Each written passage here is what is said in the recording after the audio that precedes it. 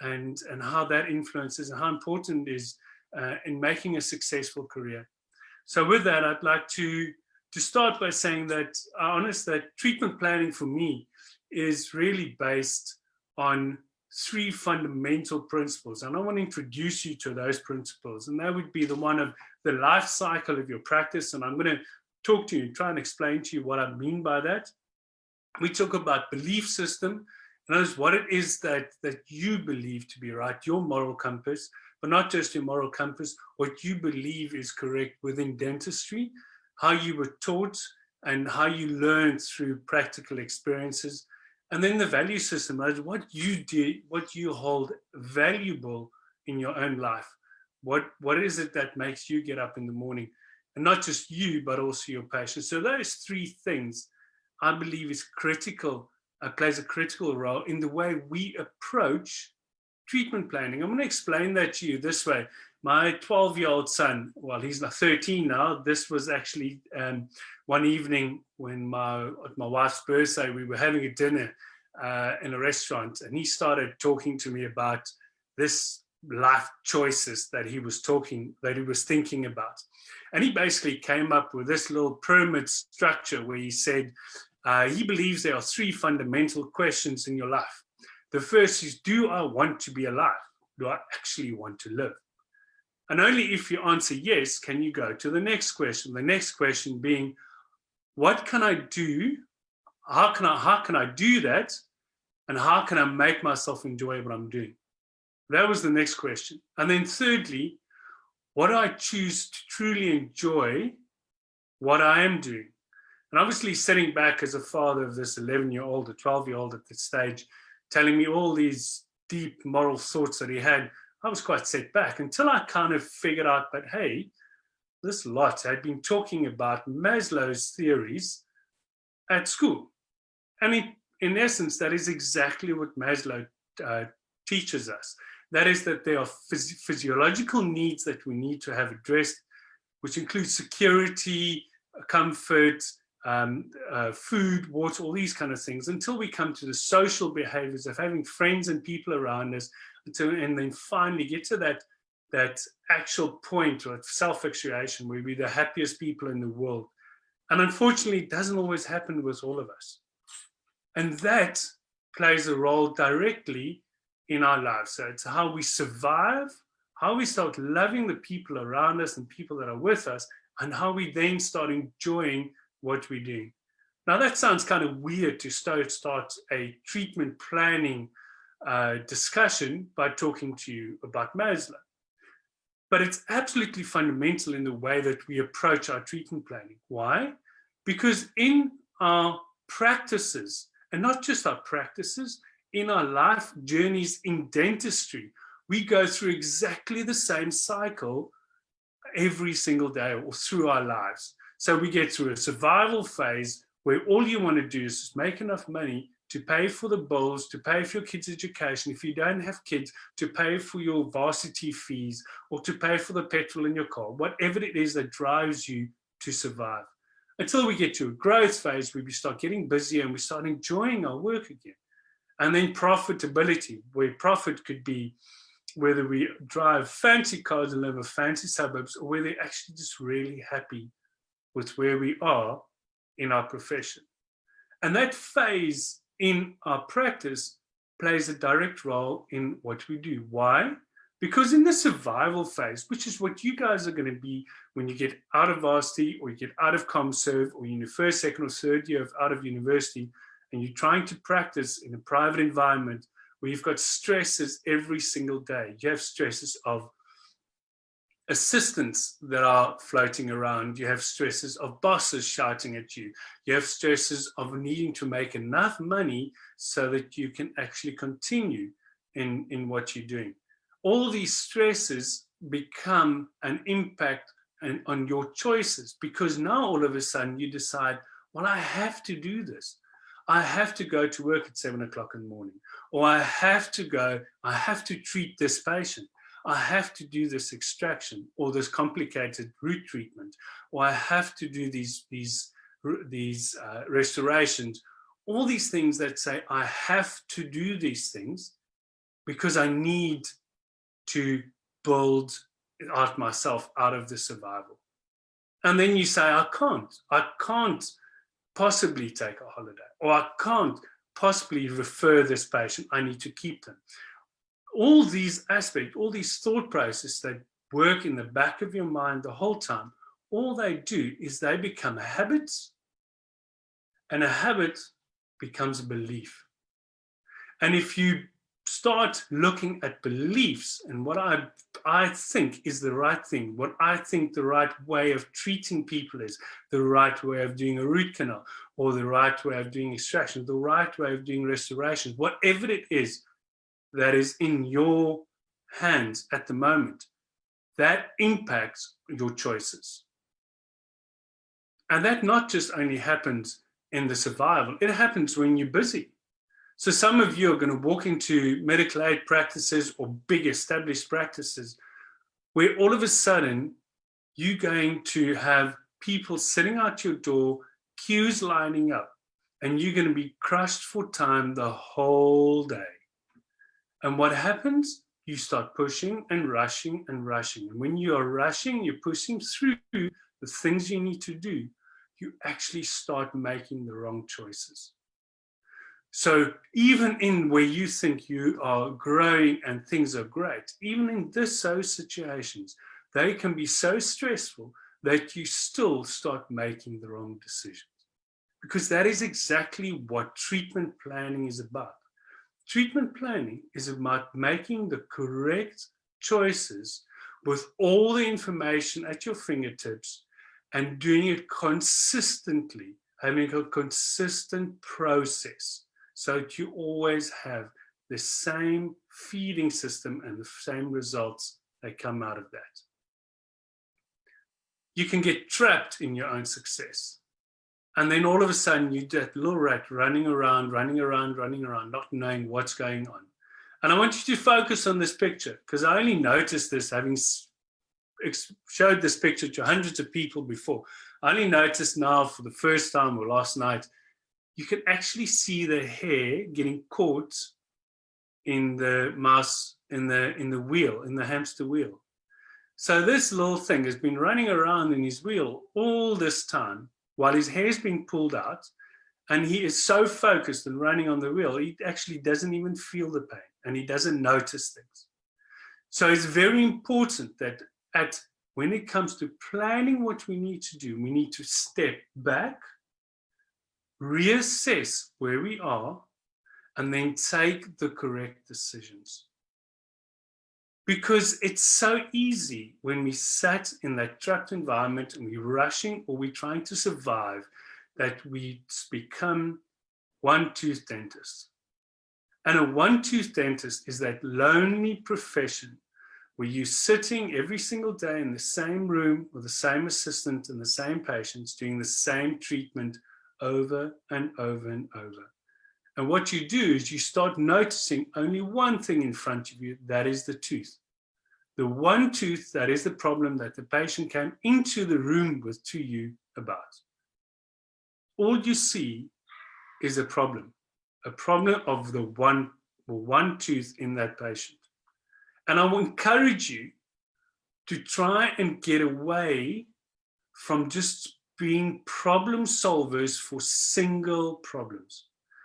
Think of yourself as holistic, as everything that needs to play a role in your decision making. Don't trap yourself in being the one-tooth lonely dentist only looking at solving one single problem. I'm amazed. I think I'm a very good problem solver. I love solving problems, and I'm exceptionally goal-driven. In my life, I can very quickly get trapped into trying to solve every problem that's in front of me. Sometimes I need to step back and look at everything from a little bit further away so that I can see all the roles that are taking place. So that in your treatment plan, your practice life cycle, where you are within your profession, how that is brought into your belief system, what you value, that plays an integral role in how you're going to treatment plan. Now, most of my treatment planning what I've done over the past, call it 7 or 8 years, is based upon the work that I was fortunate enough to be exposed to by a great friend of mine, Sjoerd Smeekens, from the Netherlands. He runs the Kliniek Akademie Reconstructieve Tandheelkunde. You can read it up there. He's a reconstructive dentist in the Netherlands, and he's an incredible person because he's had the honor or the privilege of qualifying as a multi-specialist practitioner. In other words, he studied for 8 years in a single university where they covered, he's basically qualified prosthodontist, orthodontist, and periodontist. So he's got all of the different facets built into the way he approaches dentistry. An incredibly intelligent person, incredibly good friend of mine. But he's taught me how to look at problems and how to look at treatment building within dentistry. And I want to share some of that with you. Because traditionally, and this is probably what you guys are exposed to a lot, is the traditional treatment planning where we're looking at an inside-out approach. In other words, we're looking at biology, structure, function, and aesthetics. What does that mean? It means that it's infection-driven. So classically, a person arrives for an emergency, they've got an abscess or an infection. The first thing you think about is biology. There's an infection. How am I going to fix it? Oh, I'm going to do a root canal. So, okay, tick box, root canal. Then you do the root canal and you finish and you think, okay, well, how am I going to fix this root canal now? So now do I have to do a crown? Okay, but is there enough structure left to build a crown? Don't know yet, but you've already done the root canal. Then this crown needs to fit within an arch, and the arch needs to fit in the mouth, which is functioning. So how does that now work within the crown structure, the design, and how we implement the building of the crown within this function? And if you're lucky, it's going to look good. So when you start looking at an inside-out approach and the infection-driven approach, you start missing a lot of things, and you're constantly starting to try and fight your way through the possibilities that are in front of you. What if we put that on their head, flip it on its head, and we look at an outside-in approach? So we just do it completely the other way around. In this case, we're looking at aesthetic and function-driven treatment planning, with structure and biology only following after that. And so aesthetic, functional-driven structure and biology. That is where we drive through function. And I believe that everything we do within dentistry should always be driven by function, because form follows function. If it works, it will look good. That is the essence of nature. Nature works like that. A flower is not just beautiful. A flower has a reason why it's beautiful and why it works the way it is. So always aesthetic will follow the functionality of it. What does that mean if we look at aesthetics? Now, a lot of you would have been exposed to this, the idea that the dentist, or the modern great Hollywood dentist that just does smile rehabs and veneers and crowns and all these fancy things, and you kind of try and picture yourself running this multidisciplinary practice where you've got massive aesthetic cases building up. That is not what aesthetics is about. Aesthetics is about where it is, the actual positioning. And you need to go back to your fourth year, third or fourth year. I'm not 100% sure when you guys were doing that.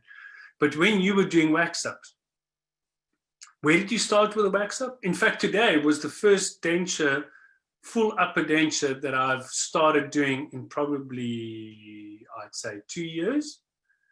And I had to start at the basics again. I had to start with a wax rim, and from the wax rim, identify lip support, lip position, and tooth position. And that is exactly what aesthetic dentistry is. Why do we do that? It's because everything is based upon the three-dimensional position of the anterior tooth and where it is in relation with everything else. And if we fail to identify that, if we don't look at that, all our treatment will slowly start collapsing around us. So always start with a function-driven aesthetics, which is the anterior sextant. And then there's some amazing tools on the market. I've been playing with DSD.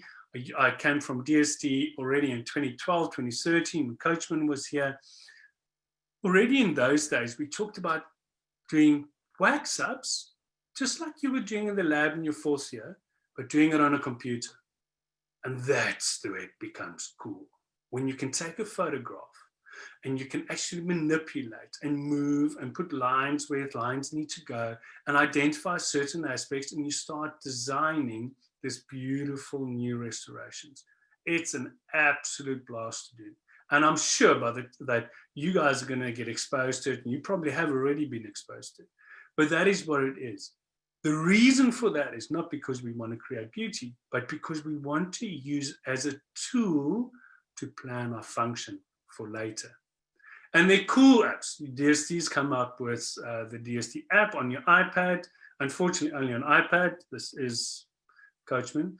And also on iPhone, where you can literally in 60 seconds, you can design a smile. It's incredible. It's absolutely incredible to see how it works. But again, it's only there as a tool. It's a tool to guide the actual flows and the curves of the mouth. Why? Because if we look at an aesthetic environment like that, we can see there's a problem. But how do we evaluate that? We look at the lower lip line. We look at the upper lip line. The lower lip line is our guide for the occlusion, where the flow of the teeth will be. Our upper lip line and our soft tissue line guides the pink aesthetics. And pink aesthetics is essential for creating the correct position of all of the teeth. And that is what we can do when we design it properly. But really, are you going to go out there in your first year out of varsity and start prepping veneers and doing all this wonderful thing? No, that's not what it's about.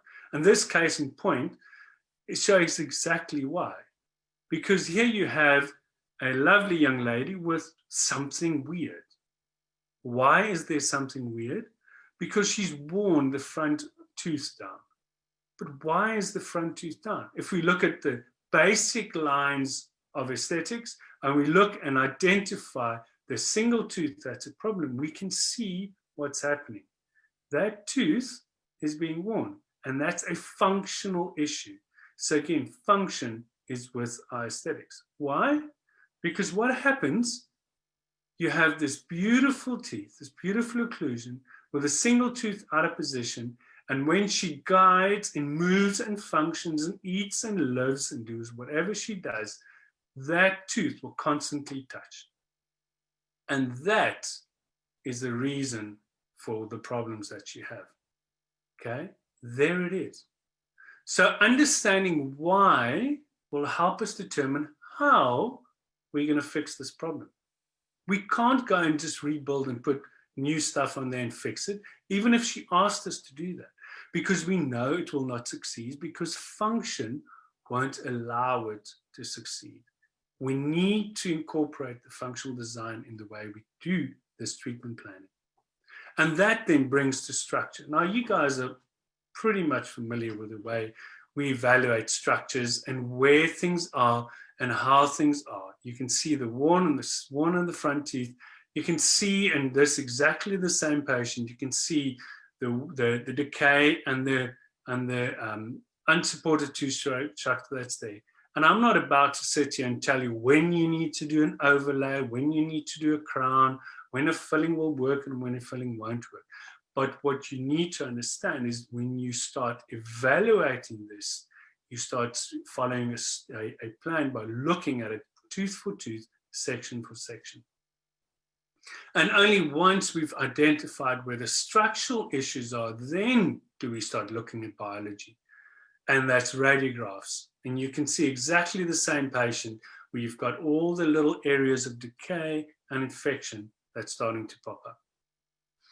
And that's where you guys are going to be lucky as well, where when I started off, we literally had just x-rays.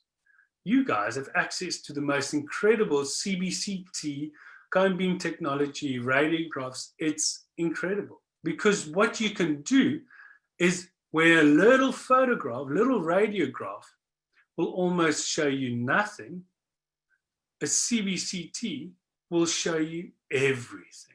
You can see exactly where the bone is, where the infection is, how much bone is there, and where the bone's going to be. And you take that information, you plug that into your treatment, your aesthetics.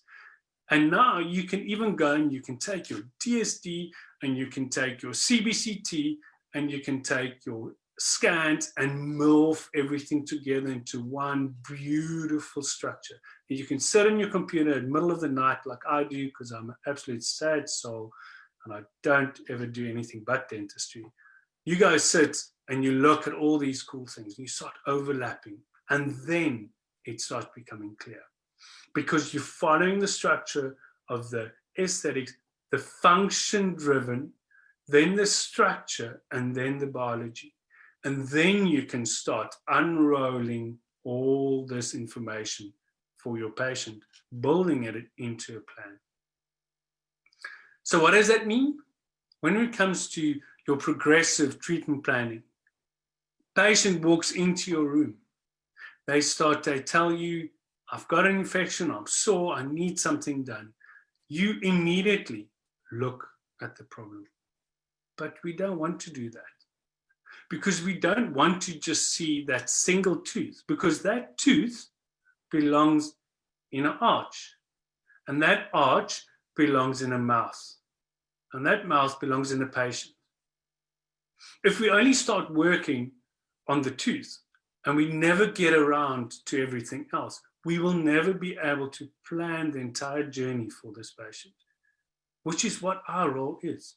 We need to share and guide this person through a journey in their mouth. And we do that not by starting at the tooth, because then we are single-minded, one-tooth dentists again, sadly sitting in your one room, only looking at trying to survive. You need to get out of that belief system and get yourself into a position where you can start looking at the patient as they enter the door. When you start talking with the people, you can immediately start identifying things and building rapport and building understanding of where the patient is and what they need from an aesthetic perspective, but not just aesthetics, function. Function driving everything that we do. And then we can break it down into the arch and where we are in the arch and the structure and the biology that's around it. And finally, the little tooth that you actually came in to complain about. Following a journey through that process to get to where that is. But we've gathered a huge amount of information on the way. And now we can build a treatment plan that's correct for them. We can identify the aesthetics and understand what the functional role is of this mouth. We can see where we need to analyze and what we need to change for her to not only get my restorations to last as long as possible, but to give her the best result that she can have. Analyzing function. And then structure and biology, step by step, stage by stage. This is literally the slides that I would give to my patient as I go through their treatment planning, taking them on a journey that is their mouth. So we'll go through each and every tooth, identifying each and every tooth, making a note of each and every tooth, telling them exactly what's wrong, what needs to happen, if anything needs to happen. From the upper and the lower arch, section by section, identifying the structural and biological problems after we've identified the functional issues. And then slowly start phasing treatment processes for them to show them that this is our priority. This is where the journey is that we're going to be going on. We're going to start with point A. We're going to write and we're going to work on fixing your whatever is the priority right now, then the next journey and the next step and the next step. And by phasing each and every section, we have the ability to pause and let the patient disappear for a month or 2 or 6 or whatever it is without affecting their treatment, because you give them a natural pause. You're phasing everything that goes within there. but the phasing happens with a clear guide. You know exactly where you are on each and every step of the way. And then only do we have proper implementation of our plan. Everything done to detail the way that it needs to be done. From a plan structure to detailed implementation. So that you can take the patient from where they came in with a one single tooth that was a problem.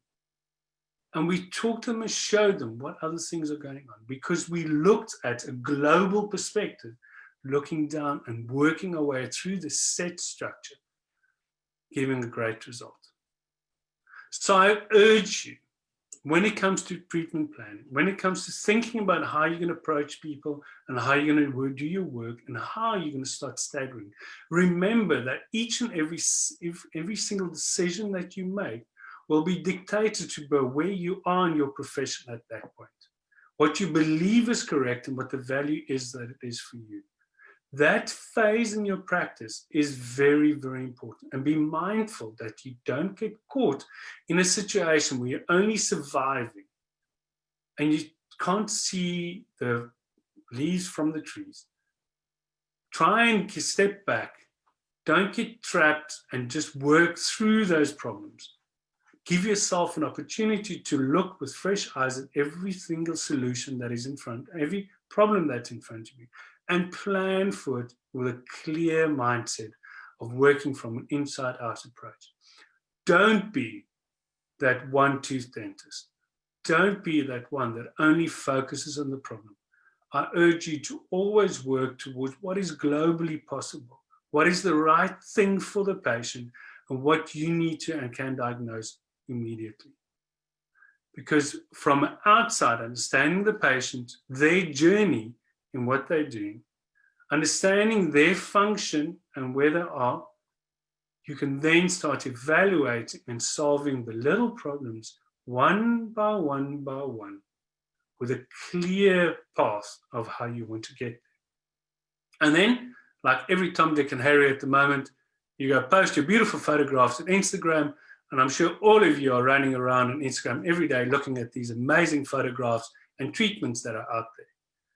Get yourself to that point where you are proud enough to be able to put your work and share your knowledge and your experience with your friends. Okay. But that only comes if you understand what your journey is that you want to be on.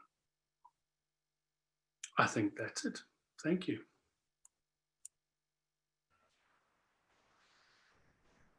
Thank you so much, Dr. van Lierop.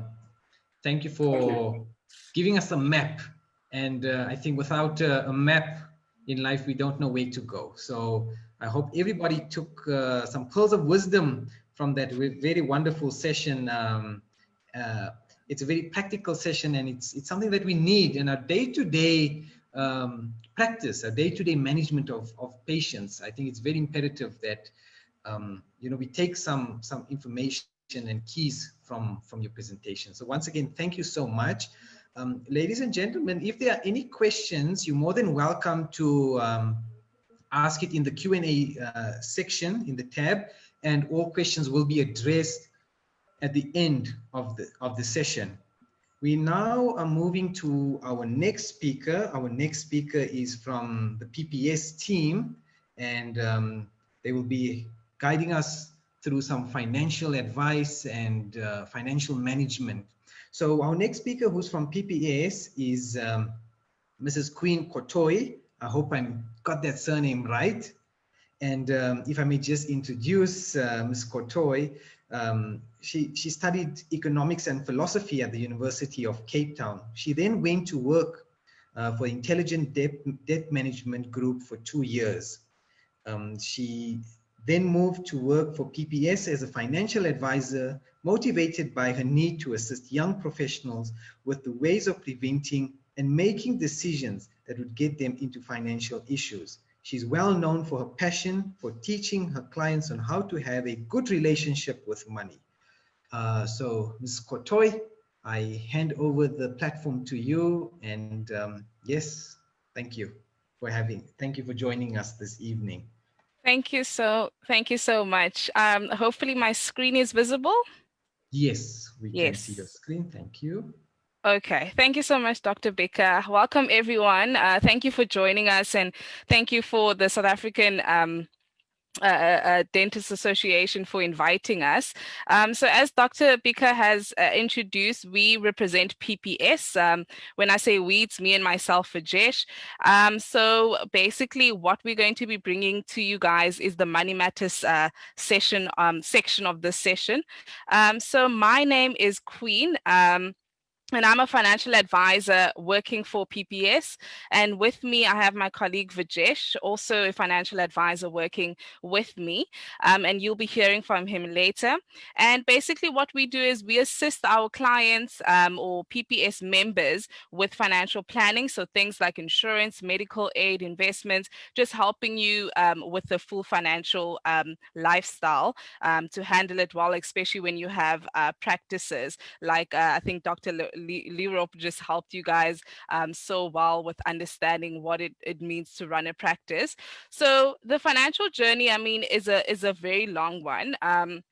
I think Dr. Lurub really said it so nicely that, you know, we can't arrive when we come to any kind of practice. It's the same with financial planning. It's a long journey, but there's certain things that we need to keep along the way, put in place along the way to really help us get to the end goal.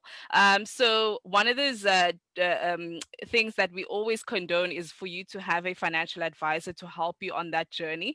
And that's what myself and Vajesh would be here for. But whoever else, in terms of, you know, if you have a financial advisor or financial planner that you know, we highly recommend that you do get in contact with them to help you on the journey. But today we just want to unpack really basic financial skills that you should consider putting in place so you can have a structure to help you to reach that financial security goal that we all aim to achieve, right? So what is financial security? I think most of us might already assume what this is, but it's basically a peace of mind that we all feel when we know that our money is secure. We have put plans in place to assist us in the cases of emergencies. We're also able to cover our expenses, you know, just that ease of mind that you feel. And that's what financial security is all about. So it involves a plan that you've put in place. So I want to help us understand this concept just by going through a quick case study. So we have Dr. Dylan here, who's just graduated. He's been 2 years now working as a doctor, and his income is 48,500 Rand after tax. And then we have the Smith family. So Mr. Smith got retrenched during COVID, and Mrs. Smith is now the only income earner in the house, and she's earning 19.5. So we would usually have you guys participate if Rajesh and I were having these so we have these smaller group sessions where we do have these presentations, and we would ask you guys to tell us who do you think is more likely to be financially secure. And in most of the classes, we actually do get the answer of Dr. Dylan, and that's largely because he's single, he has a higher income, he just graduated, has a lot less responsibilities. So then we challenge that thinking a little bit by actually exploring their budgets. So let's look at Dr. Dylan's. As we can see here, let me just get this pointer. So Dr. Dylan currently is renting for 15. Oh, actually, it's a bond that he has, 15,000 Rand. And then he also has a vehicle and a motorbike. So Dr. Dylan lives in the city, and he actually just enjoys, you know, driving on a motorbike and not being stuck in traffic. So he's paying 20,000 Rand for those two. And then he also has a credit card that he's paying 1.2 towards, and the current outstanding balance is 17,000. And these are all his expenses. So just come down here to this minus 5,700. So you can see that Dr. Dylan currently is over indebted. He is living above his means, as his income, and his income is not covering all of his expenses and all his needs. So he is dipping into what we call an overdraft facility, where he's going negative into his bank account. We look at the the Smith family. So Sally Smith is her name. she currently is paying for her house bond. That's 4,000. We have 3,000 rand groceries, entertainment. We've got insurance here, so she's covering herself in the case that she passes away, so that something can be left behind for her family. And then she also has an emergency fund, and this is great because obviously Mr. Smith just lost his job, and this really has put pressure on the family. And then we have university savings, petrol, school fees, rates, electricity, and their total expenses come to 18.7. And then the net value is 800 rand. So even though Mrs. Sally has very little left behind at the end of the month, she is in a lot better position than Dylan, simply because she has everything in place. She's got her insurance, she's saved up for emergencies, she's also saved up for future goals. So she has the peace of mind of knowing that in this case where the husband is not working, she can still dip into this. So this case study is really to help us to attack that bias that we all have, that the more income that I earn, the better my position, even though more income obviously does help us to reach wealth at a faster rate. But it doesn't matter how much income you have, but what matters is the things that you put in place to assist you with regards to getting to financial security. So it is all those steps. So what we want to unpack with you guys is to help you to figure out what are those little things that you need to consider putting in place in order for you to reach that goal. So the first thing that I'd like to help you guys understand is understanding the thinking behind how you manage your money. That is step one. So I think Dr. Lierop spoke about how our thoughts end up going into habits and habits into beliefs. And it's exactly the same thing when it comes to your money. So things like generational spending. So if you grew up in a family where maybe you had a single mom, or maybe your parents divorced, or they just never spoke about money, or they spent a lot of money, all of this, you might not be quite aware of it, but it really impacts the way you manage money and the way you think about money. And that grows to become money personalities. So things like being a spender, so you like to spend a lot, or you like to gamble money away, or you just like to save a lot, or you just risk averse. These are all money personalities that we do pick up from previous ways of thinking that end up becoming our own beliefs. And then money attitudes. So money attitudes can really help us understand what kind of personalities we have. So for example, if I say, all right, I'll give you 1,000,000 rand today, what is the first thing that it makes you, what is the first reaction you have? Do you feel fearful? Do you feel secure? Does it make you feel happy? And those are all those money attitudes really help you to figure out what is that those biases that we all have that dictate how we manage our money. And then personal values. So for example, Mrs. Smith obviously values family, so you can see this so clearly in her budget, whereas Dylan is still young, he values entertainment, so you can also see that quite clearly in his budget as well. Okay, so we usually do this as the first step because we really think that understanding your money, understanding how your relationship with money is very vital, so that you can be able to be the one that is in control and achieve money, mind over money. Okay, so the second topic today is considering your spending. So that involves budgeting. And this is very important because considering your spending is really going to help you with regards to being in control of your relationship with money. And how we do this is through the process of budgeting. So what is an income? An income is any money that you receive. So that could be an allowance, a bursary, a salary, and it's usually on a regular basis. And then an expense is any money that you pay out for a good or a service, and also usually quite on a regular basis. And then a budget is an estimate of these two things. So it's an estimate of your future incomes and expenditures. Okay. So how do we budget? What is the method of budgeting? So we use this method when it comes to our clients at PPS. The first of those is we actually condone that our clients collect receipts. So that involves you actually, I know this is something that most of us don't like to do, but I will tell you that it's really beneficial to help you understand how you manage your money. So collecting receipts every single time you go and you spend from the shop, and keeping track of how much you're actually spending. So I know this is daunting. So what I do is I actually take a picture of every single receipt. So if I go to Woolworths and I spend, I'll take a picture of the receipt so that I know that when the time comes when I need that information, it is easily available to me, unlike receipts that get lost.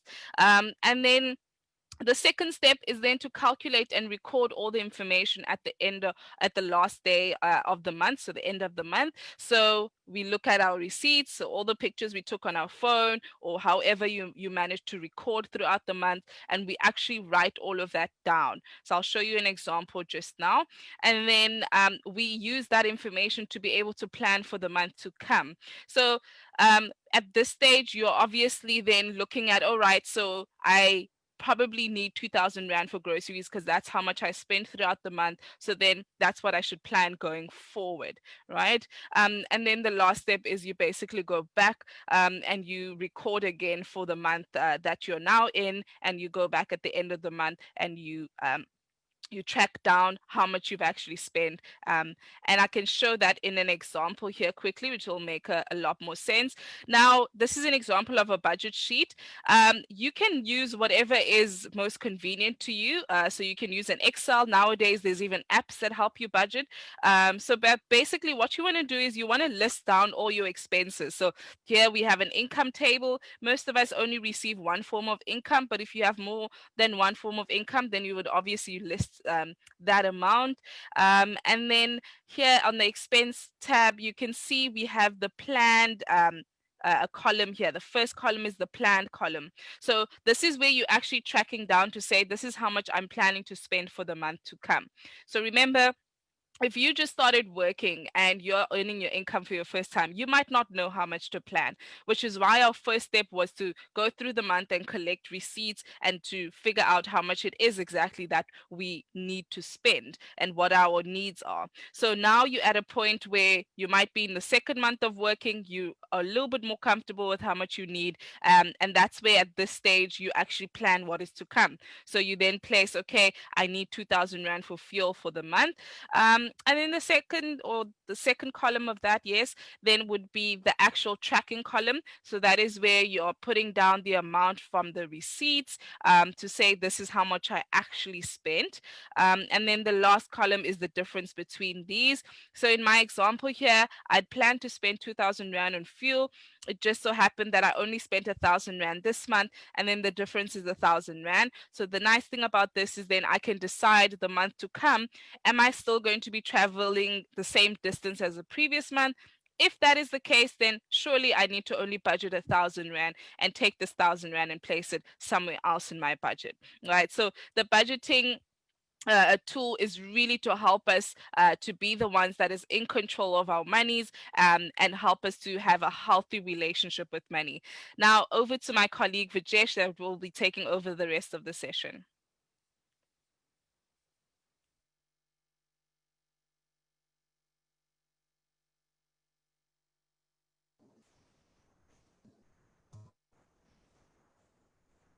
Thank you for that, Queen. Every one of us wants to become financially independent, but the truth is that only 5% of people ever truly achieve this. So today we're going to tackle some of the guidelines towards identifying and managing your debt, as well as saving and then investing those funds wisely. And when we look at debt, it can fall into mainly 3 categories. So that can be placed into good debt, neutral debt, or bad debt. And a lot of the times, the different debt or our spending habits for that matter is influenced a lot by the different aspirations. So different aspirations are things like, for example, if you are a career-driven person, highly geared towards climbing the corporate ladder and actually furthering your qualifications, rather than a family-focused person who would much rather actually get married and focuses on starting a family and providing a future for their children.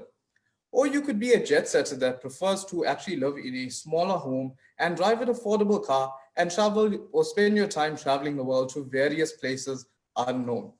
And if you look at the first category of good debt, put together with these different aspirations, a career-driven person can identify a good debt with an example of that person actually taking a student loan to further their qualifications.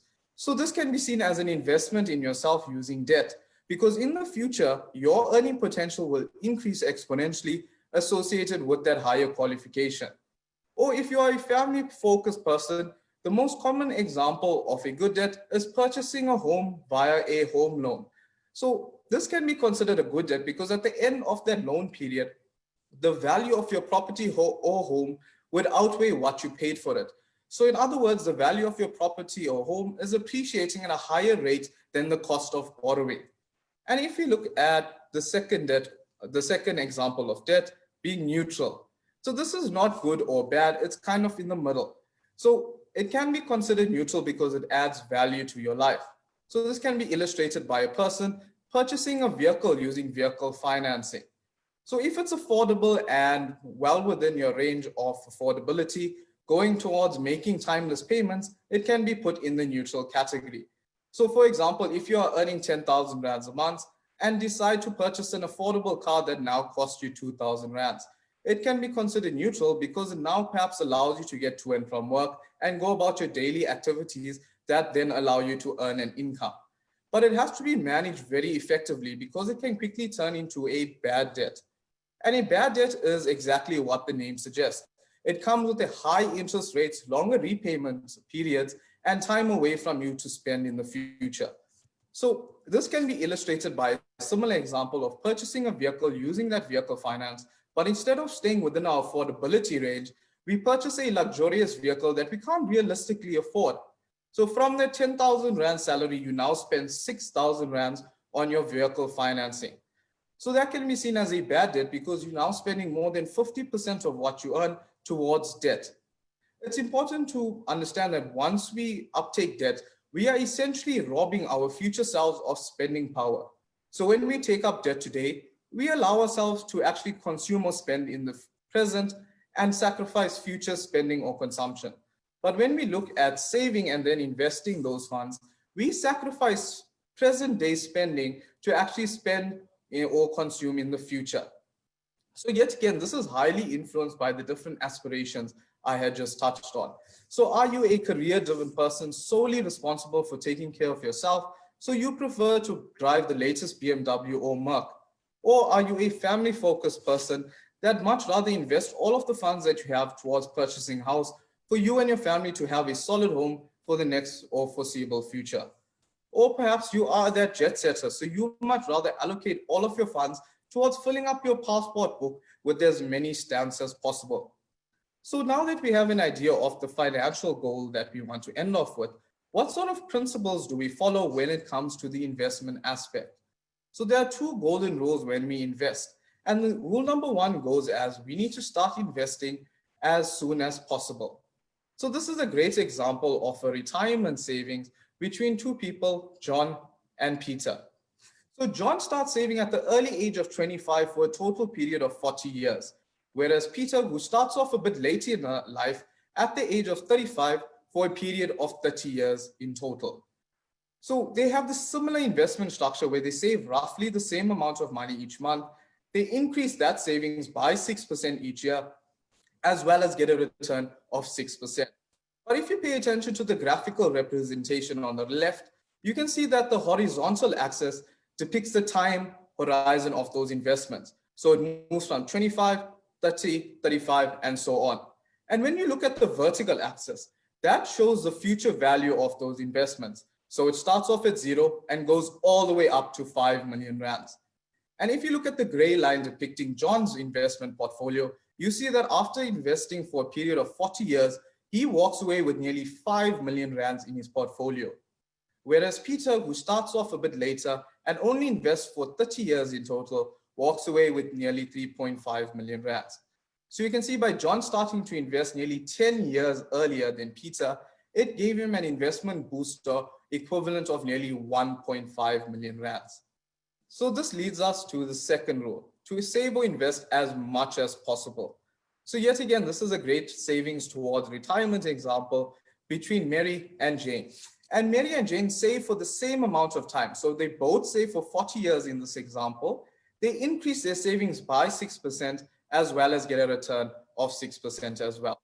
But the difference comes in where Mary only saves 1,000 rands each month, whereas Jane was much more savvier, saves 2,500 rands each month.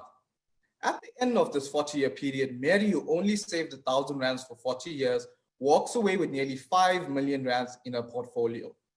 But Jane, who sacrificed a bit more, saved 2,500 for the same amount of time, walked away with nearly 12 million rands in her investment portfolio. So you can see that overall, over that 40-year period, Jane invested nearly 2.7 million rands more than Mary. And that actually led to an investment booster or output of nearly 7.4 million rands more. This is such a great investment strategy or saving strategy that you can implement in your life going forward today. So this is a 52-week strategy, and it works as you would just take 10 times the number of week it is. So in week one times 10, you would save 10 rand. In week two times 10, 20 rand. In week 3, 30 rand, and so on and so forth. If you diligently follow the strategy, you would end off at the end of this 52 weeks with nearly 14,000 rands in your savings. You could even use a lower multiple more suitable to your budget. So in week 1, you could save 5 rand. In week 2, 10 rand. In week 3, 15 rands, and so on. What this will allow you or give you the power of is give you that investment backing for you to make a move and bring your financial dream into a reality. It will also provide you with that secret stash of cash for planning for emergencies. So planning for emergencies is a great part of life. There's often a lot of unforeseen expenses that we have to substitute and basically satisfy. So emergency fund is specifically designed for that purpose. It consists of nearly 3 to 6 months of your salary. So if you are earning 10,000 rands a month, in a minimum case, you need to have at least 30,000 rands saved up in this emergency fund. And what would that money be used for? Any type of real emergency. So for example, your vehicle breaks down, or you have a job opportunity now in a far off place that you need to travel and be there for a while for the interview process. So having this emergency fund gives you the ability to satisfy those expenses quickly. And what should this fund look like? It should be a separate fund, not linked to your daily banking account. It should be completely separated by means of you stashing money away each month and basically forgetting it even exists. The access to it needs to be instantaneous. So you need to access it 24/7, 365. Unlike certain fixed deposits or other investments where you need to give a certain notice period to access your funds, this needs to be instantaneous for yourself. And then the risk and interest rate is highly intertwined. By means of a higher risk would give you a higher interest rate or reward. And then a lower risk would give you a lower interest rate or a lower reward. And this emergency fund is not a fund aimed at generating higher profits, but rather it's a fund that's aimed at having or maintaining a stable value over time. So that translates into the risk being appropriately low and the interest rate just high enough to beat inflation. And this is a great financial life hacks or a summary of the basic concepts that will help kickstart your journey to financial success. So remember to save as much as you can as early as you can. We saw by the basic examples of John and Jane, by saving more and earlier, it leads to so much more of an investment booster or output. By creating and sticking to a budget, as Queen touched on, it allows us to identify the income coming in, the expenses going out, and able to identify the surplus funds that we then take and use for our investments. So when it comes to the investing space, there are many structures and everything is unique for each person. So that's where you get an accredited advisor that comes in and does an analysis basically to help identify the best structure for you to reach your goal in the quickest way possible. And then we also touched on an emergency fund. So the consequence of not having an emergency fund is that it leads to bad debt. So for example, you use your card to and from work, but now it breaks down. You don't have an emergency fund in place. So perhaps now it leads you to actually take up a loan that will then help you to actually finance those repairs. So by having an emergency fund, it helps us to avoid that bad debt or that possibility of bad debt. And then under insurance is exactly what it is in its name. It's a backup plan and a safety net. It basically protects our gray matter that allows us to keep our savings and allow us to keep our goals throughout our lives. So that is where analysis is done on you to actually determine how much of insurance you would actually need for each specific event. And a consequence of not having an adequate amount of insurance leads to taking on bad debt. And yet again, it's important to understand that once we identify that category of bad debt, we need to avoid it at all costs.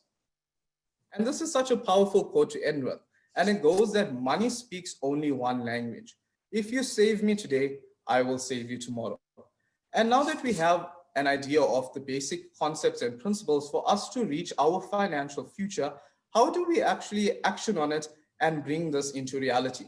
That is where Queen and myself come in to provide you with that qualified advice and support to unpack this information and much more. So you are more than welcome to take a picture of our details and get in contact with us to ask us more individualized questions more suitable to yourself. Thank you so much for your time.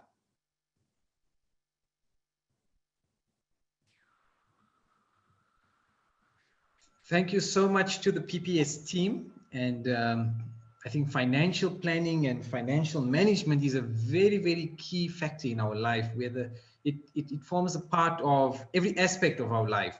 And I think, you know, being in the dental field and being young dentists, we don't get so much of undergrad training in that field. I'm just going to call upon Dr. Sudhir Ratiram, and we're just going to get an opinion from Dr. Ratiram. Dr. Ratiram, are you there? Yes, thank you, Dr. Vika, and thank you to the PPS team for that very well-structured and informative presentation. Yes, to reiterate what Dr. Vika said, as dental practitioners, we become very skilled clinicians, but very poor businessmen. And financial planning, I think, plays a very pivotal role in your practice. When we look at our dental practices, you need to look at it what it actually is, which is a small business. And like a small business, you need to have a business plan. So I think financial planning and financial discipline is very important. You know, I have a saying, financial discipline is the road to economic success. And just to follow through with what Dr. van Lierop had said earlier on, that, you know, as dentists, we're always constantly thinking about teeth. You know, I actually came up with an acronym. As dentists, we are rather odd, ODD, obsessive dental disorder.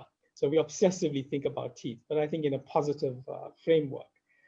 You know, when we look at our practices, we need to plan our business profile as meticulously as we were to plan a treatment plan for a patient. And I think if you do that, you would be successful in your practice, no matter where you are.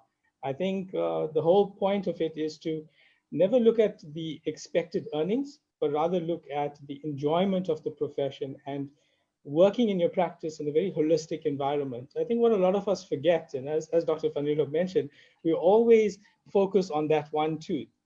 We are much bigger than that. You know, we need to focus on the bigger picture. We are actually part of a bigger system, which is healthcare. And as dental practitioners, we are fortunate enough to actually take care and maintain and enhance the smile of people. And therefore, we can actually bring a brighter future to many others. Thank you, Dr. Vika. Thank you, Dr. Sudhir Ratiram. Dr. Ratiram, for those who don't know, he is he's the vice president of the Young Dentists Council, and he's also quite an inspiration in general. As a young person, he also heads up the KZN SADA Regional Committee, the branch committee. So he's quite an inspiration and does a lot of work towards dentistry and the young dentists. And I would just want to say thank you to the PPS team, and just a key pearl that I took there, that how important saving is. And always I just want to quote Bruce Woodfield, who's a financial journalist, always says, what is the best car to drive?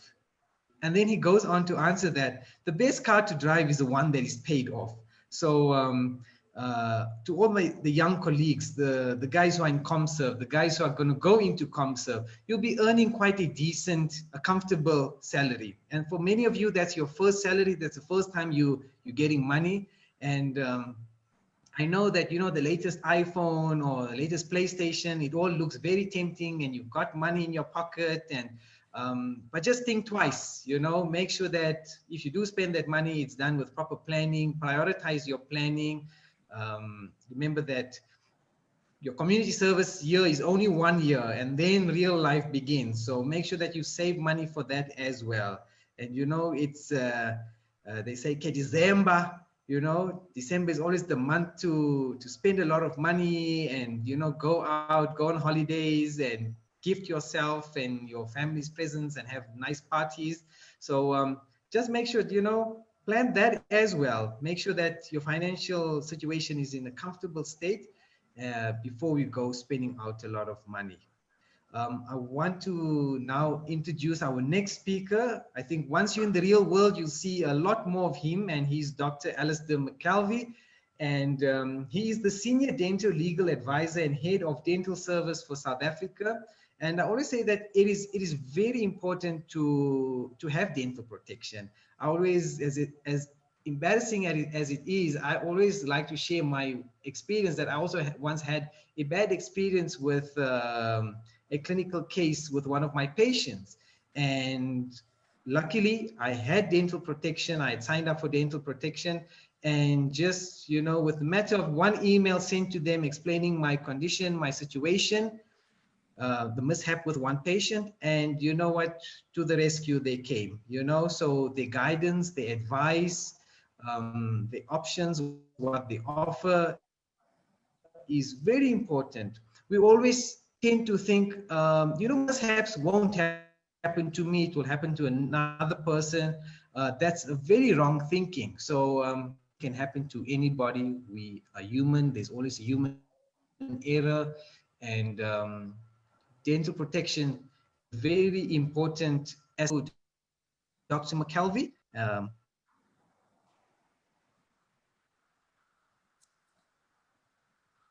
I don't know if Dr. Bika has lost his connection. Sudhir, I think Dr. Bika is having. I might have lost my connection a little bit.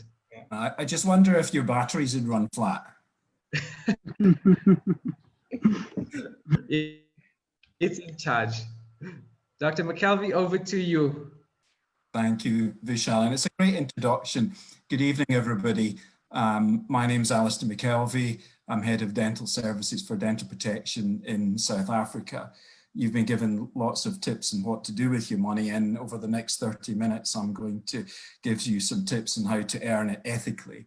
And the title of my talk is An Introduction to Risk in Dentistry. Now, guys, I'm assuming that my slides are projecting properly. And if you can just give me a yes, everything's fine, I shall proceed. Dr. McKelvey, I see your slides, they're up. Lovely. Thank you. So I work for Dental Protection, who are the leading provider of comprehensive professional indemnity and expert advice to dentists and healthcare professionals around the world. We've got over 68,000 dental members. And the best way to talk about dental protection, it's a member-owned mutual organization. It's a bit like a sports club where all the members pay a subscription, and in return we provide advice, support, representation, defense, and occasionally we pay compensation on your behalf when things go really wrong. And I'm going to return to talking about indemnity towards the end of this talk. So the first key message I want to give you tonight is that in joining the profession of dentistry, not only have you got to register with the HPCSA to practice lawfully, but you probably won't have realized this, but you've also signed a social contract with society. Now, this contract is implied, it's not written down anywhere on paper, and it's not signed, but it exists. And in return for a protected title, higher moral status, higher political status, and above average income, the profession of dentistry agrees to use its unique skills to the benefit of society by alleviating the suffering related to oral disease. Along with your individual oaths to make the interests of your patients your paramount concern, the social contract places obligations on you to protect the reputation of your profession by acting lawfully, ethically, and professionally. Your regulator, that's the HPCSA, and the laws in South Africa will hold you accountable to society and to the social contract when you don't. So that's the first message. The second message is that you must not forget what you've been taught as undergraduates, because you've been taught things for a reason. And it's a myth that good dentists don't get into trouble, because they do. We all run into difficulties at some point in our career, and it's how we react to those lessons of professional life that determine how successful we're going to be as dentists. Now, a few of the dentists who need my services unfortunately make up their own rules. They forget what they've been taught and they ultimately fail to fulfill their side of the social contract. In the end, it's all about choice, and it's my job to help you understand where choice in risk arises and where making poor decisions creates problems.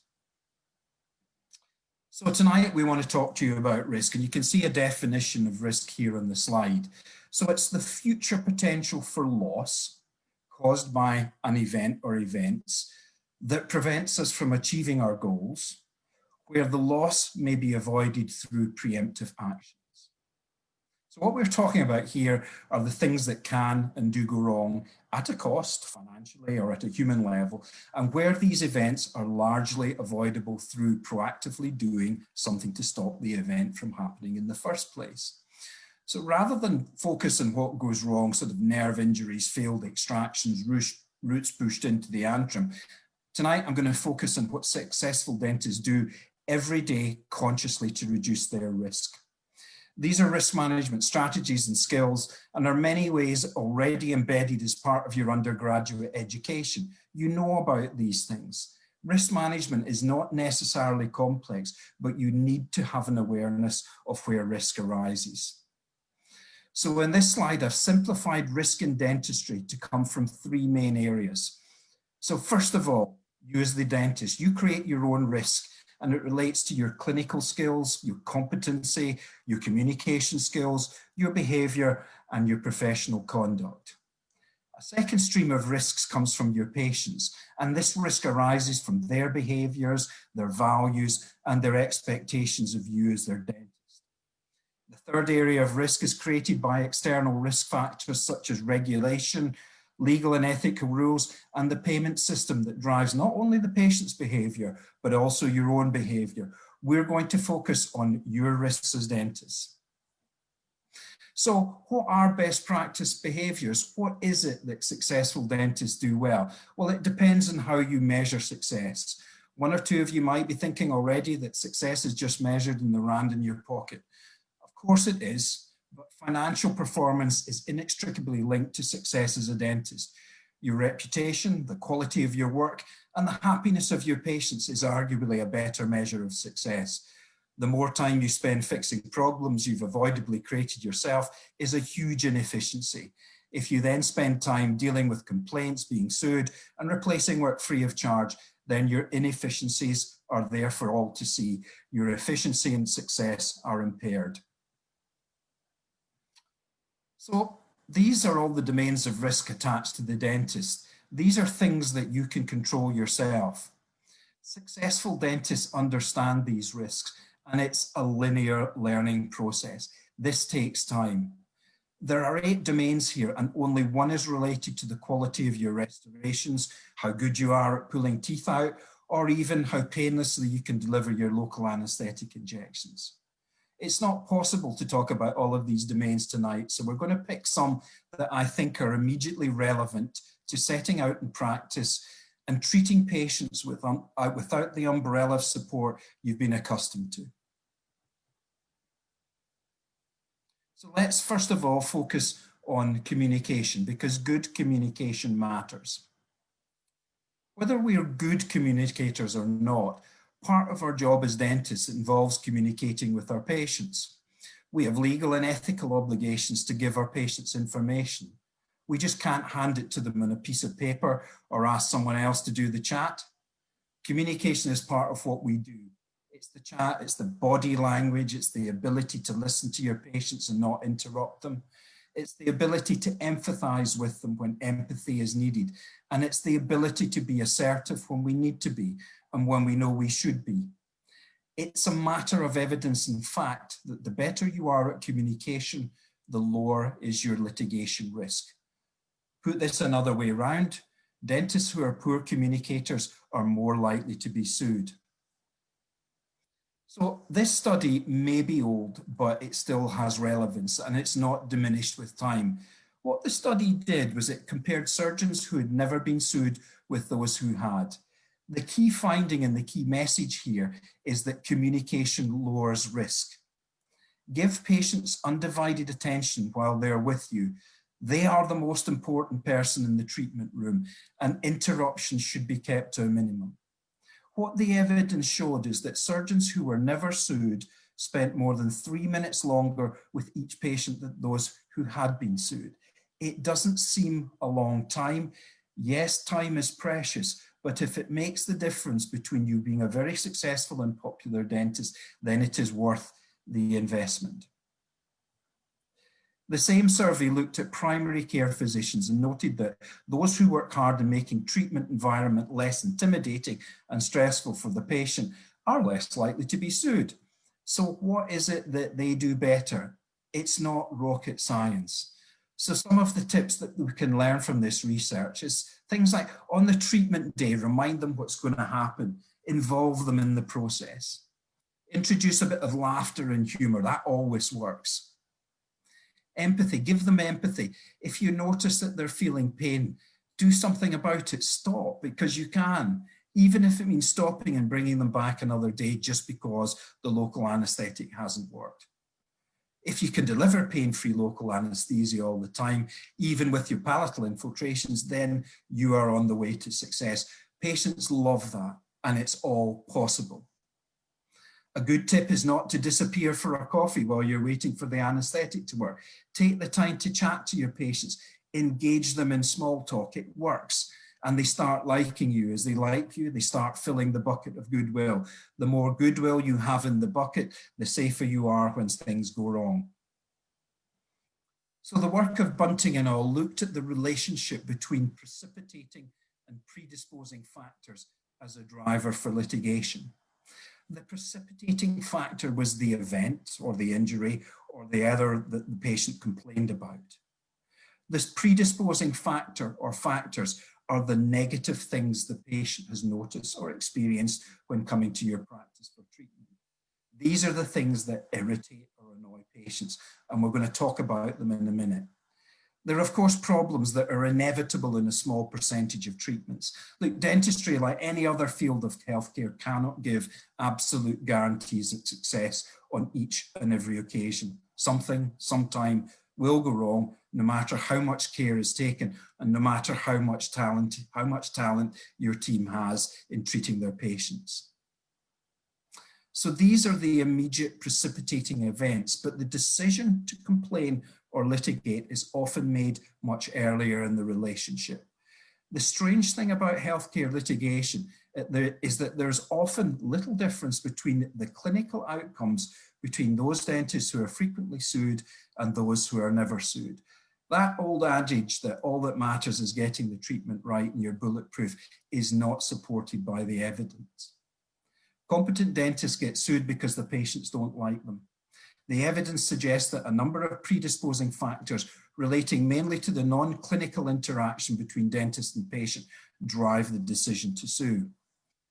So the things that wind your patients up are the predisposing factors, and the more of these the patient is exposed to, the more likely they are to complain when a predisposing factor happens. So if the patient's feelings are positive about you, they like the staff and they feel comfortable and valued, then they will invariably be more forgiving when something goes wrong. Unfortunately, the opposite is true when the predisposition is negative. It's also important to remember that patients do not, as lay people, usually judge the technical standard of their care. They don't know whether your crowns fit properly or your contact points are as good as they could be.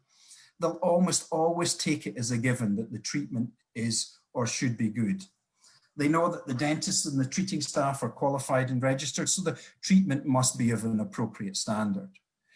Their judgment may, however, be strongly influenced by factors that they can relate to, such as the welcome, the surroundings, and the standard of the information, and the way this information is delivered. If this view is positive, then they'll usually judge the standard of dentistry to be good. Unfortunately, the reverse is also true. This may not seem fair, but it's the reality. If a patient's views and perceptions about a dentist or dental practice are already negative, then when a problem occurs, a complaint is much more likely. The patient will already have a low tolerance of mistakes and perhaps have an expectation of fault or failure even before a problem occurs. They were always waiting for something to go wrong. If you want to reduce your risk, Clearly, clinical competence helps, but all the evidence suggests that those of you who become good communicators and who work on eliminating those predisposing factors will generally be given the benefit of the doubt when things go wrong. And if the bucket of goodwill is full from positive experience and good communication skills, then patients are more likely to give you the first opportunity to fix the problem. So the second risk topic tonight I'm going to talk about is record keeping. And it would be a wasted opportunity to begin a talk on record keeping without making the connection between professionalism and record keeping. Being a dentist is a huge privilege, and I've already mentioned the social contract with society. And one of the ways we fulfill our contractual obligations is by continually demonstrating the characteristics expected from professional healthcare providers. Healthcare professionals are expected to behave in a way which commands public confidence. And by displaying all the characteristics listed in the slide, they do. One of the characteristics of professional groups is that they're expected to have the dedication and commitment to meet a set of standards that their peers find acceptable. One of these standards includes making and keeping good treatment records. If we accept that making and keeping records is a standard all professionals are expected to meet, then poor record keeping may be considered as unprofessional. In other professional disciplines, record keeping drives trust, whether it's in the banking sector, the legal sector, the investment sector, the aviation sector. Records, memory, and accuracy of recall through recording breeds trust between the service user and the service provider. And our profession is no different. Professionalism is fundamental to the business of record. The professional obligation to make and keep a record can be found in the HPCSA guidance and good practice. It is against this guidance that your conduct will be measured if the HPCSA conduct an investigation into your fitness to practice following a complaint. At section 8.2.3, there is an obligation on you to keep accurate and up-to-date patient records. The absence of an accurate and up-to-date record will be considered as unprofessional conduct by the HPCSA disciplinary committee. The legal obligation comes from the National Health Act. And in the National Health Act at section 13, there is a legal obligation to keep a record. And what it says here is that the person in charge of a health establishment, which is a dental practice, must ensure that a health record containing such information as may be prescribed is created and maintained at that health establishment for every user of a health service. So there is a legal obligation on the practice owner and directly or indirectly on all of the dentists who work there providing dental services to create and maintain appropriate records. So what are we trying to achieve here with a record? I've created a summary definition of what I think we're trying to achieve. And if your records can fulfill these requirements, then you'll be meeting the legal and professional standards expected.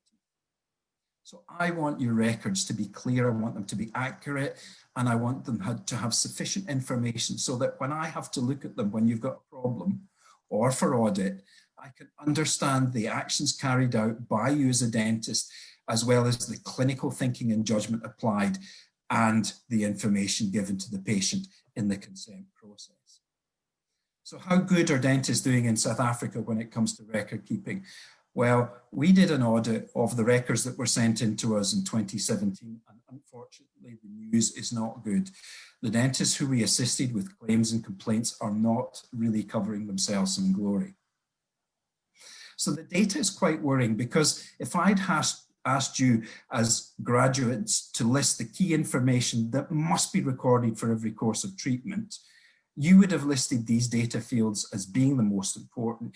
Yet, if we look at the outcome here, we can see that only 4% of records had any information about the treatment discussions. Now, that's not very good. Only 1/3 of the records had a medical history completed. and less than 1/5 had an up-to-date charting. It's all basic undergraduate stuff. If it wasn't written down, it didn't happen is a bit of a myth. The law in South Africa, for example, doesn't require you to write down what was discussed in the consent process. But if the patient says they weren't informed of a risk and what that risk would mean to them if it materialized, and they would have chosen a different treatment, avoiding the injury they are now suing you for, then it's a problem. Just because you're a professional dentist doesn't necessarily mean the courts will always prefer your version of what happened. And the key here is that you have a legal and ethical obligation to make a record. The record is part of the treatment. Consent is part of the treatment, and making the record cannot be separated from the treatment itself. Good, effective record keeping is a marker or a proxy for professionalism and good care. And the absence of good records is unprofessional, unhelpful, and unethical. If I can give you an example. So, accept it or not, the evidence we have as an indemnifier indicates that patients are becoming increasingly litigious about losing teeth from gum disease. And they are suing dentists to recover the cost of replacing their teeth with implants. So if we set aside the argument about whether implants are sensible treatment or not for patients who have an increased susceptibility to periodontal disease, let's just look at periodontal care. And what I put here on the screen is this thing called the periodontal cycle, and it's something you should all be familiar with. So what happens is the patient comes in to see you for a checkup. You pick up the periodontal probe at one point in the examination, and you pass it under the gum to see if there's any attachment loss. And you work your way around the teeth, and eventually you make a diagnosis based on what you can see, based on what patients told you, and based upon what you've measured. And then you make a record of that. Once you've made a record of all your findings, you have to have a conversation with the patient to discuss what the problem is. And this discussion, when we're treating periodontal disease, is absolutely key, because it is at this point you are telling the patient, it's not what I'm going to do at this appointment that will solve your periodontal problem. It's not what the oral hygienist is going to do when she treats you 4 times every year. It's what you're going to do in your bathroom twice a day for 360 days of the year that will determine whether the condition is treatable or whether you will lose your teeth. You're also going to tell the patient about the risk factors. And it's this conversation that transfers the risk to the patient for the outcome. And then they go off and either they clean their teeth or they don't clean their teeth. And either their periodontal condition stabilizes or it deteriorates. And the next time you see them, you go through the whole process again. Now, here is an example of a record for a patient with moderate chronic periodontitis. Now, what really concerns me is the record is primarily structured to ensure the correct codes are claimed and fees are collected from the medical aid. We can see the patient was diagnosed with ANUG and antimicrobials were prescribed, and we can also see a scale and polish was recommended with the patient returning in 3 months. If we think back to what we know about periodontal conditions and correct managed, the key question about what happened cannot be answered. And these will be the key issues in determining factors if the patient accuses you of not treating their periodontal disease. So if we look at the record, we've got no idea how bad this patient's periodontal disease is. We've got no idea how quickly it's happening. We don't know the speed of attachment loss. We don't even know if there's any predisposing factors like the patient's a smoker or they're a diabetic. We don't actually even know if the patient knows they've got periodontal disease and know what to do about it. We certainly don't know if the risk has been transferred, and we don't know if the condition has improved or deteriorated in spite of our treatment. So the record actually doesn't help us for all the things that we need it to. But this is not an isolated record. This is typical of some of the records, and it's not how you've been taught to make your records. This is how you become a record keeper. And it's really important that you maintain all the standards of good habits of record keeping as you move out into clinical practice. So what's stopping us from making good records? Well, There are many reasons why we don't make a good enough record. The first of these is human factors can lead us to making mistakes. Time pressures. We're too busy. We're stressed out. We're tired. We're hungry. We just lose concentration. These are all the human factors that stop us from making good records. And then there's the factors outside of our control, like distractions, interruptions, lack of familiarity with software systems, staff turnover, lack of equipment, no records, no pen, things like that. And then finally, you get the professional outliers who just set in their ways, and there's no way that they're going to write good records. They've got no insight into how important they are. They are familiar with the patient. They just don't think the patient will sue them, that anything will happen, or they're even treating friends and family and no records made. This last box is full of risk, big risk, and you need to be aware of it. So the final section, final topic I want to talk about is behavioral ethics management. And ethics are simple, non-negotiable rules that we're all expected to follow and apply in the care of our patients. We know what we're talking about when we talk about ethics. And this is what we're talking about, key principles that underpin our ethical conduct. We all know about this: autonomy, non-maleficence, beneficence, justice, and veracity. Those are the key things. These are the things that we've been taught and ingrained, and these are the values that we must maintain. So I'm going to talk about a specific case where the dentist unfortunately switched off his ethical radar. And this patient walked in for treatment. She was a bit unhappy with the irregular appearance of her teeth and wanted to see if there was some dentistry that could fix this problem.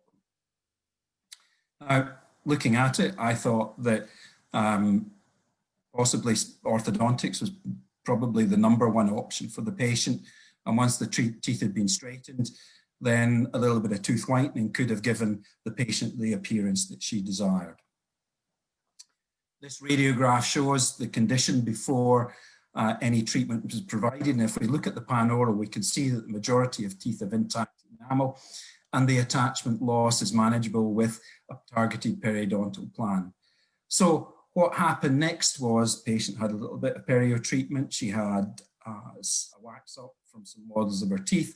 And 2 weeks after the initial exam, the patient was undergoing the preparation of 10 upper teeth and 7 lower teeth for veneers.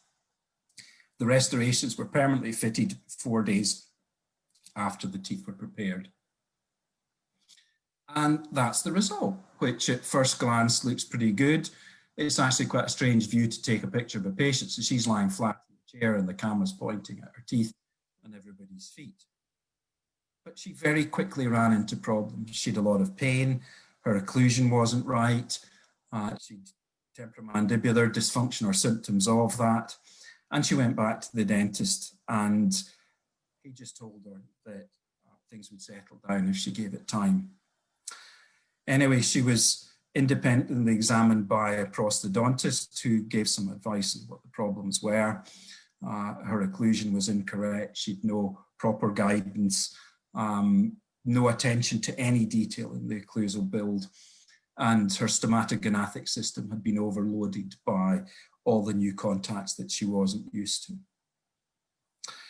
So she went back to the dentist. He was unable to fix the problem, even at the recommendation of the prosthodontist, and eventually this patient lost faith in the whole system and went back to the prosthodontist. After 12 months of intensive and expensive treatment, she'd lost 3 teeth, 14 healthy pulps, and a huge amount of healthy enamel and dentine. Now, this dentist not only was sued, but he was reported to the HPCSA. But what was interesting about what the patient said is that she said, had I known the consequences of the complications, and had I known how unethical this treatment was, I would never have agreed to it in the first place. That's completely indefensible. And of course, the dentist was charged by the HPCSA, strangely, for acting outside his competency rather from any other ethical failings. Here's a another example of poor ethics, and this involves a case where the patient in her mid-40s turned up for a checkup. And if we've all got a good view of this, patient was advised that she needed 8 fillings in her upper teeth. Now, looking at that radiograph, apart from digital burnout, the only tooth that I think that probably urgently needs some attention is the 4-7, the bottom right-hand side. This was the treatment plan, 8 restorations in the upper jaw, and that was the justification for it. This is the end point. Now, the shocking thing about this is that I can't see any need for any of those restorations in the upper jaw. There was no caries, no active caries. This is a patient with low caries experience at this time in her life. And yet the one tooth that I thought would get a filling, the 4-7, still remains untreated. So what are the drivers of this behavior? And the funny thing is the only tooth that I thought needed the filling was that 4-7. What's happened here? Can we justify this as being ethical and fair? You can see what the patient thought. She said, in retrospect, I now see this as a wrecking ball approach, taking a huge risk on a patient's well-being to try and fit in a large amount of probably non-required unnecessary work in a small amount of time. She did it in a rush and it ended up being a failure. She was a young dentist, she was inexperienced, but that's no excuse. So what's the driver behind this unethical behavior? And it's really quite simple. As dentists, we've got to make a profit to survive, and the tension to do so and manage the best interests of our patients creates a conflict for some that cannot be reconciled. And the key problem here is that there's an information asymmetry between you and your patients. You know so much more about the benefits of the right treatment and the consequences of unethical treatment. Patients need to be given information about risk. It's too simplistic to say to a patient requesting elective cosmetic improvement that there's a risk that a healthy tooth, biologically insulted by a handpiece, may become painful and need treatment. There's also a difference between accepting risk where the treatment is required by pathology rather than desire. So most of the complaints we see in relation to elective services boil down to consent. The patient experiences a complication and then says, had I known this would happen, had I known what the materialization of the risk I accepted being properly explained, I would never have agreed to proceed. Patients need to understand that the need for a root canal treatment as a complication of biological damage to a previously healthy tooth is not just another hour of treatment, but the wholesale destruction of a once healthy tooth. If they don't understand the extent of the risk, the consent is invalid. Too many dentists believe that a consigned consent form is all the protection they need. The signature is not the protection. The protection comes from a full understanding of the risk and what it means to them if it happens. Even then, an appropriate consent is invalidated if the treatment is negligently conceived, planned, and executed. In reality, if a patient agrees to undertake a procedure that a reasonable body of dentists would consider negligent or unethical, the validity of the consent is irrelevant because in law, a patient cannot consent to negligence. So what we find lurking in the background of these cases is evidence of unethical behavior. Good people and sometimes bad people do bad things without even being aware that they're doing anything wrong. And when you speak to them, they say they run highly ethical practices and they'd never destroy healthy enamel and dentine and carry out unnecessary treatment. Worryingly, they say they've done hundreds of smile makeover cases and this is the very first time they've had a problem. Healthy teeth, as you know, have no secondary dentine to protect them from the biological damage caused by the turbine, poor temporization, and inadequate bonding techniques. So when faced with an ethical decision, their subconscious bias takes over the decision. And it's this bias to self-serving that dominates the decisions and discussions you have with your patients. And the more you get away with it, the more normal it becomes to act unethically. So a patient who walks in requesting a smile makeover doesn't have the depth of understanding we will have as dentists as to the damage this type of treatment can cause if it's provided in the wrong clinical circumstances. And those patients need to understand the consequences of a poor decision. Just because they walk in asking for this treatment doesn't mean you go ahead and give them what they ask for. The information asymmetry leaves them exposed to the risk of overtreatment. And our ethical duties and obligations are there to close the information asymmetry and make sure vulnerable patients are not exploited. The work of Bazerman and Tembruso, who wrote this book, Blind Spots, highlights the problem of our subconscious bias and how we need to be aware it can happen, particularly where the self-serving nature of making financial profit or personal ego undermines our subconscious behavior and creates the opportunity to ignore the ethics of the situation. So what we're really talking about here is behavioral ethics, and becoming unethical is a process. Ethical numbing is the first stage when we're repeatedly exposed to ethical decisions and we stop seeing the ethics in the decision. Take the destruction of healthy enamel in the first case. As dentists, we all know it's wrong and we never cause biological damage, but we do. And the more times we're faced with an ethical decision, the more we convince ourselves we had no choice. Our existence as dentists, running a business, depends on profits. Or our reputation as one of the top cosmetic dentists depends on what we do. And so we lose sight of the potential consequences of the action. And it's a form of distorted emotional reasoning where the decision you take is always self-serving. And it's the decision either to recommend treatment or to withhold information. And the more we do it, the more we get away with it, the more normal it becomes. But ethical numbing happens in stages where you might do something that troubles you and you share your concerns with another friend or colleague who says to you, look, don't worry about it, everyone's doing this.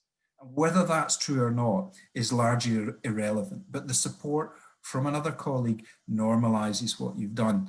And normalcy changes into fade by repetition. The more you do something unethical and get away with it, the more the bar lowers and your new normal eventually becomes fade, whether you don't even see the ethics in the decision. So the further we are away from the consequences of the decision, the easier it is to do. And if you think about smile makeovers and complex reconstructions, the consequences when it all fails are way in the future in many of these cases. And that's not aligned in our thinking when we undertake the work.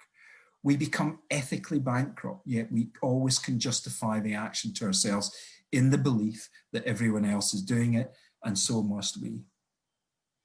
So the same type of cognitive impairment can arise in CAD/CAM dentistry, where the dentist knows he has to undertake a minimum number of restorations to pay for his investment. If the same tooth walks in for treatment to the CAD/CAM dentist, is he more likely to get a CAD/CAM restoration if the dentist is booked up for a couple of days or fully booked for weeks? Well, research from Switzerland shows that clinical decision-making is not an exact science, and patients presenting with a clinical problem are more likely to be recommended a more sophisticated intervention by a dentist with an empty appointment schedule than one who's fully booked for 4 weeks. And this reminds me of a story from a friend in South Africa who was recently interviewing a dentist for a position in his practice. And the dentist, who is finishing his ComServe year, maybe even listening tonight, in his interview, he asked if the practice owner could guarantee him 30 to 50 crowns a month. Now that's a serious marker for risk, and it demonstrates that the self-serving bias is not even acting subconsciously in that individual. And that's a real worry. So how do we control or manage the self-interest in our clinical decision-making? We've got to be aware that it's happening. And once you've reached ethical fade, you're in a dangerous place. Now, in his submission to the HPCSA, the dentist responsible for the first case I showed you stated that he'd completed hundreds of successful smile makeover procedures as a form of justification. No attempt to reflect on the consequences of his actions, and an example of complete ethical fade. And the sort of increasing demand for and the willingness of our profession to provide elective dentistry of the type I showed in that case has led to much debate within the profession of dentistry. And when we know the consequences of biological damage, why are we happy to offer this care to our patients but not to our own families? And this moral challenge was raised by Martin Kelleher, who's a prosthodontist in the UK and an international speaker on the subject. And Martin came up with the daughter test. And it's very, very simple. If this patient was my one daughter, how would I treat a request for aesthetic treatment? And Martin suggests when we're faced with an ethical dilemma and we recognize the subconscious bias, you stop treating the patient as though they're a patient and you start thinking about, if this was my own daughter, wife, or brother, what would I be recommending here? So finally, I just want to spend the last few minutes talking about indemnity and about choosing the right professional indemnity will be one of the most important decisions you make in relation to your professional practice. Dental Protection are the leading provider of indemnity for dentists in South Africa. It's all we do. We protect and defend our members when things go wrong, and we work with our members, you guys, to mitigate your risk. And the better we do at lowering the risk, the better we can price that risk. We're not stupid. We understand there's choice in the market, and some insurers charge less than we do for a very good reason, and it's that no two products are the same. And it's up to you which indemnifier you choose, but when making that decision, you need to understand the difference between the products and the way complaints and claims are reported. Now, the problem we have with indemnity is often that there's a delay in the years between the day the treatment or the weeks the treatment was provided and the day the patient reports a complaint to the HPCSA or goes to their attorney. And the average delay is about 2.5 years. So what you can see that of all the incidents that happen in year one, we hear about roughly 38% of them. So of all the teeth that are pushed into the antrum, of all the smile makeover failures, of all the implants that are put in patients with untreated periodontal disease, we only hear about 38% of those incidents within a year of the treatment being provided. And what happens is the average pops up about 2.5. And what you can see is that dentists are still hearing about complaints for treatment carried 5, 6, 7, 8, or even past 10 years ago. Okay, now why is it taking patients so long to complain? It's because it takes dentistry that long to fail sometimes, and it takes dentistry that long to fail and for the patient to find out there was a problem either with the treatment planning, with the consent process, or the way the treatment was undertaken in the first place. And it's this delay between when the treatment was carried out and when it becomes a claim or a complaint that causes the problem with indemnity. So an example of something that happens immediately, and you can see here that there's a couple of pieces of titanium that work their way into the patient's right maxillary antrum. Now, the date that the treatment was carried out was the 14th of March 2019. The date the patient knew about it was the 14th of March 2019. And the date we find out about it was the 15th of March 2019. So that's very straightforward. Something's gone wrong. Everybody knows about it. We know about it, and we start helping the dentist immediately in the same year. Let's look at this example. This case is not so easy. And the dentist who provided the root filling in 2014 fractured an instrument, but didn't bother to tell the patient. So you can see here this large area of chronic infection, and this is popped up in an x-ray that was taken in 2019 when the patient got fed up of having antibiotics to treat a chronic sinus and went to a new dentist. The new dentist takes the x-ray and tells the patient that the probable cause of infection was due to the broken instrument. So the date of knowledge for the patient, a simple procedure where a file fracture was 5 years later.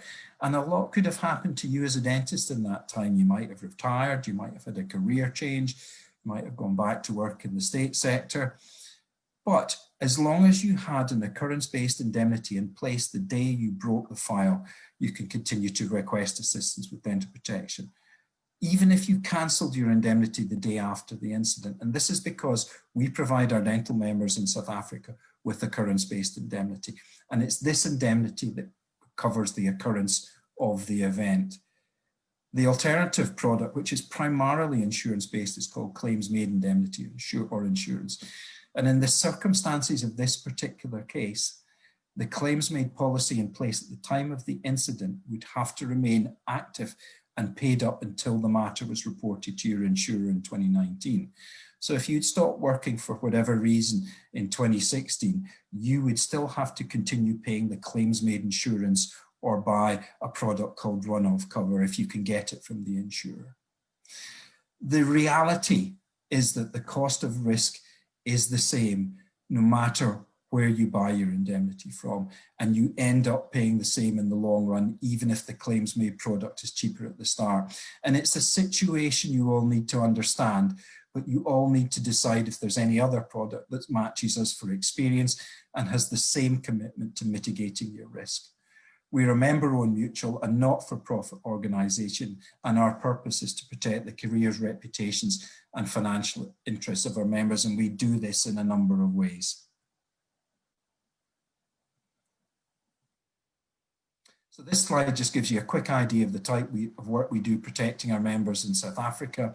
And every time a dentist asks for assistance, we open a case. And you can see here that the majority of our work is defending our members when they're reported to the HPCSA and when they're being sued. That is the majority of the work that we do. But we also do other things. And we work with our dentists, we work with our members to reduce their risk. And what we do, apart from providing support with complaints, clinical negligence claims, advice and legal representation, we also provide you with access to professional development workshops and online courses.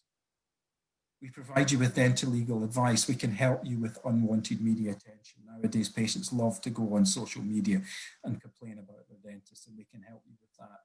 And we've also got loads and loads of risk management resources. Twice a year, we produce a magazine online called Riskwise South Africa, and it's full of interesting cases, tips, and articles about law and ethics in dentistry. And in your country now, we have a team of highly professional individuals who are looking after your business interests, your indemnity arrangements in South Africa. And if you want to take a photograph of that slide, pick up the contact details for those individuals, please feel free to do so. So you'll also find Dental Protection on Facebook, Twitter, and we have our own education platform called Prism, which you can access once you're a member of MPS.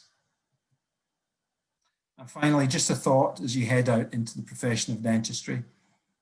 Thanks very much for your attention tonight, and indeed for having the opportunity to speak to you all. Thank you. Thank you so much, Dr. McKelvey. I hope the community service dentists and the final year students were listening attentively. You brought out a lot of very interesting facts that we don't often think about in our practice. And maybe if I just call Dr. Ratiram back on the platform. Dr. Ratiram, you run your own private practice. How has dental protection played a role in your practice, and what is the relation with protection, if you just briefly want to just chat about that? Thank you, Dr. Bika. Yes, I think dental protection, what a lot of our practitioners look at protection as a form of insurance cover, but I look at it as a form of support. As you would insure that fancy sports car that you really wanted to buy, and you probably, a lot of community service dentists are probably going through Auto Trader, as most of us actually do on a daily basis, myself being a car fanatic.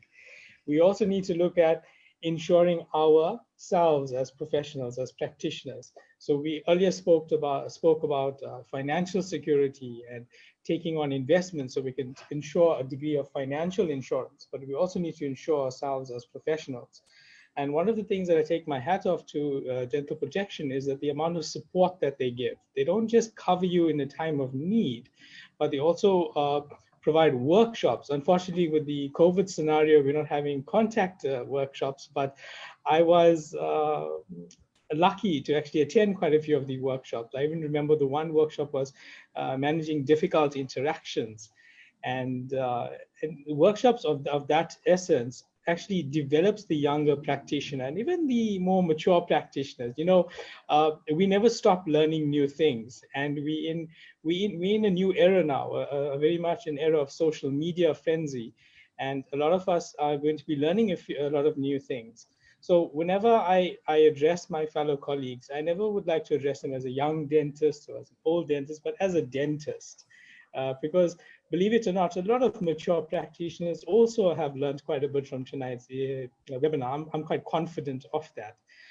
When it comes to dental protection, you know, I always believe, and I'm sure Alistair always highlights this, is that prevention is always the best route. Okay, and these workshops that DPL offers is of great value. I think now they have a lot of online content. I was lucky enough to attend a few of their webinars, and you know, that's what really assists us. And what I also find with dental protection is that they're very much membership orientated. So they actually like to engage with their members. And very much how SADA also works is very much a membership orientated association. And what I noticed, like, and I'll give myself an example, when I finished my community service, and I was lucky enough to get a job immediately thereafter, which I only worked for about 6 months, and I opened my own practice. I only considered taking up dental protection, I think, by month number 3. Now that was a big gray area if you think about it, because for a good 3 months, I didn't have any form of cover. I'm touching a lot of wood right now, hoping that I don't get any issues on those cases that I did see. But if you actually were to quantify it and say how many patients you would see averagely per day, let's say if you see between 10 to 15 patients per day, and you add that up, that's a good number of cases of potential risk. So one word of advice that I would give to our community service dentists is that if you know that you are now going to take up a position, cover yourself from day 1 and not from day 25 or day 30. Another very important point, Alice, I loved the last slide that you put up. We must not treat, we need to treat patients as human beings and not just treat teeth. And, you know, I'm just going to share a bit of a personal story that one of the movies that actually inspired me in healthcare was a movie called Patch Adams, featuring the late Robin Williams, where it looked at human-centered care. You know, I think, and this is what one message I'd like to give out to the community service dentists, is that we are human beings first and dentists second. We have a social responsibility out there, as Alistair mentioned, to educate the public on oral health care, because we are actually specialists in that field. And I think we need to understand the emotions of our patients. We shouldn't see a patient as a patient, but as a fellow human being. So when you have a patient walking into the room, don't say, oh, there's my next root canal, or there's that wisdom extraction that I need to do. Oh, once again, this guy's coming back again for another denture repair or a denture adjustment. But look at it as Mr. Smith having a bit of a dental issue. Let me see how I can help him. And let's work together to attain oral health. You know, healthcare is never a one-sided approach. We are there for damage control, for maintenance, prevention, and education, but the patient also plays their role as well. I think as practitioners, if we approach things in that manner, not only would we reduce our risk, but we would increase our job satisfaction. I think a lot of us come to a point in practice where job satisfaction takes a little bit of a back seat, and we more look at on profit and managing our expenses and dealing with our daily stresses of practice. So yeah, and one of the benefits as being a SADA member is that you also you have a reduced fee when it comes to dental protection. So that's another added benefit on signing up with dental protection. Thank you, Dr. Bika. Thank you, Dr. Rajaram. That was a very good story that you shared with us, good experiences that we shared, and hope we can take some from that, which is very practical and real life stories. Before I hand over to Dr. Tabiseng Metsing, who will handle the questions, I just would like to give my best wishes to all the community service dentists. You almost towards the end of the year, you in your last month. I wish you all the best with that. I wish you all the best with future endeavors. And then also to our final year graduands, I wish you all the best and all the blessings. If you are still busy with exams, I wish you all the good luck for those exams. I wish you all the best going into your community service year. I know you guys will do well. You'll make us proud. You'll make South Africa proud, being a dentist in South Africa. I would like to, if you're traveling, all the best, safe travels, and rest well if you have been working hard. Thank you. Thank you very much, Dr. Bika, and thank you very much to all our speakers that have addressed the participants in this session. I think you have given everybody very invaluable information, and I think this is information that they would never get at the universities. This is information that is very precious, and I hope that each and every one of you took some notes and you're going to really, really refer back to those notes. And just note that SADA is always available. All the speakers here are readily available to give advice on behalf of SADA. So please do contact SADA. Before we address the questions, let me just give you a brief indication of the next sessions. I think we are 2 webinars away, or 2 sets of webinars away. The next webinar will be on the 26th of November, which is the Henry Schein evening. And it is headed Indications and Execution of Digital Imaging and Case Discussion by Professor Angelo Druden. And then from the 30th until the 3rd of December, you do know that annually SADA hosts a Congress, but unfortunately due to the conditions that we find ourselves this year, we could not host our annual Congress. But nonetheless, we wanted to give you a glimpse of what you could have experienced during our Congress. So we're having a finalization week of our webinars, which will start on the 30th of November until the 3rd of December, and we call it Stronger Together. And this would have been our headline or heading for our Congress this year. And this will be 4 evenings with international speakers, and we will have lucky draws worth 30,000 rands. Now, at this point, we're going to address questions. We do not have so many questions, but the questions that have been asked and the comments that have been posted are very, very strong comments and very strong questions as well. I'm going to do this together with Dr. Rathiram. There are some questions that were answered, but I'll still pose those questions back to the panelists so that they can give a response for everyone else to hear. So Dr. Norman Clement is our regular attendee from the United States. So he is thanking SADA for the event, and he says that even the old dentists will benefit from this. I agree, Dr. Norman. Even an old dentist like myself really benefited from this. So then we have a question for PPS, for the PPS team.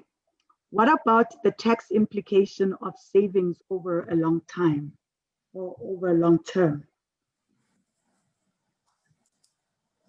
Okay, I can take that one. So there are different tax implications for different saving vehicles. So for example, if you're going to invest in shares, you might have to pay dividends tax, which is about 20% of your return. If you're going to invest in property or in a unit trust fund that's investing in property, you will pay capital gains tax. So it depends on the exact investment vehicle you'll be investing in. And then there are other ways and vehicles that you can use to kind of alleviate the tax implications, like tax-free savings, retirement funds. Those really help with tax implications. So it depends on the vehicle that you'll be using. So that's where having a financial advisor can really help you to benefit with that information. Thank you, Queen. Queen, I think the next question is an exciting one for you. So here goes. What is the better long-term investment, Bitcoin or gold? Okay, I'll leave that for Vijay. Thank you, Queen. I think with this question, these days it's such a popular thing with cryptocurrencies fluctuating with the different prices and value of it. I think it's a very tough terrain to navigate, But the important concept to understand that even though the sort of package of, so it could be cryptocurrencies, it could be gold, it's a similar investment vehicle that comes with risk as well as returns as well. So if you look, in my opinion, at Bitcoin, it could be seen as some sort of a bubble, like the dot-com bubble that we experienced quite a while back in the early 2000s, where any company with basically a .com or a website was just assumed to have a high value, would sort of bubble with that. So at the end of the day, it is a risk involved, whether you invest in Bitcoin or gold or even shares or anything for that matter. So it's appropriate to actually gauge your risk and your reward and then match that to your investment profile. So if you are a risky investor, younger people are more assertive and aggressive when it comes to that space. So you might say, okay, I want to allocate a small percentage into Bitcoin and maybe another percentage into gold. So it all comes back to the type of risk profile we develop as people and then implement that into our investment structures going forward. Thank you very much, Vijesh. Dr. McKelvey, here's one for you. Do I need to take dental protection if I am going to work in the public service? Okay, this is a question that comes up very commonly. The proper position is that if you are employed by the state sector and a patient seeing you for treatment is harmed by your negligent care, the patient will sue the state. And the Treasury regulations make provision for the state to accept liability for any loss or damage suffered by a patient arising from treatment in a state facility by an employed dentist, okay? So if a patient sues, they sue the state. So dental protection do not defend or settle the claim because the claim is always made against the state, okay? So that is what happens in cases of clinical negligence. So the dentist employed by the state doesn't need indemnity or insurance against a claim because the claim will always be against the state. However, there's a difference between a claim and a complaint, okay? The majority of our work that we do, the majority of cases we open are not claim cases. They are regulatory cases where dentists are reported to the HPCSA by patients, by fellow colleagues, by their employers. And it is an expensive process. So what we are seeing more and more in South Africa is that it is increasingly difficult and something that employers prefer to avoid is running disciplinary procedures internally in institutions. And what they do now is that they refer the matter to the HPCSA and the HPCSA open an investigation into the dentist's conduct or competency. So if you are the subject of a complaint to the HPCSA, which is a more common thing to happen to a dentist, whether they're in the state or not, you need indemnity. Otherwise, it will be an expensive account that you will have to pay yourself, particularly if it goes through to a hearing.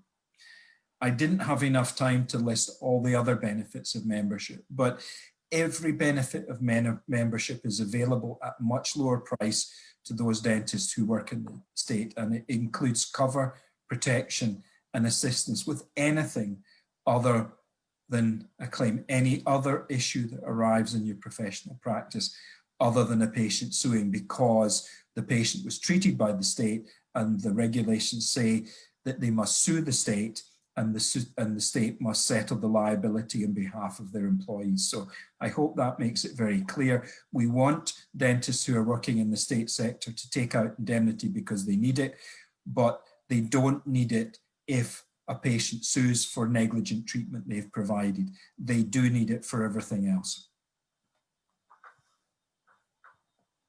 Thank you, Dr. McKelvey. Dr. Rathiram, I think at this point I'll hand over to you just to cover those questions. I think they're for Dr. van Lierop. Thank you, Dr. Martin. Yes, we have Dr. Vali who posed a question. What to do when the patient's expectations is not in line with what you can deliver? Is this not the start of letters to the HPCSA?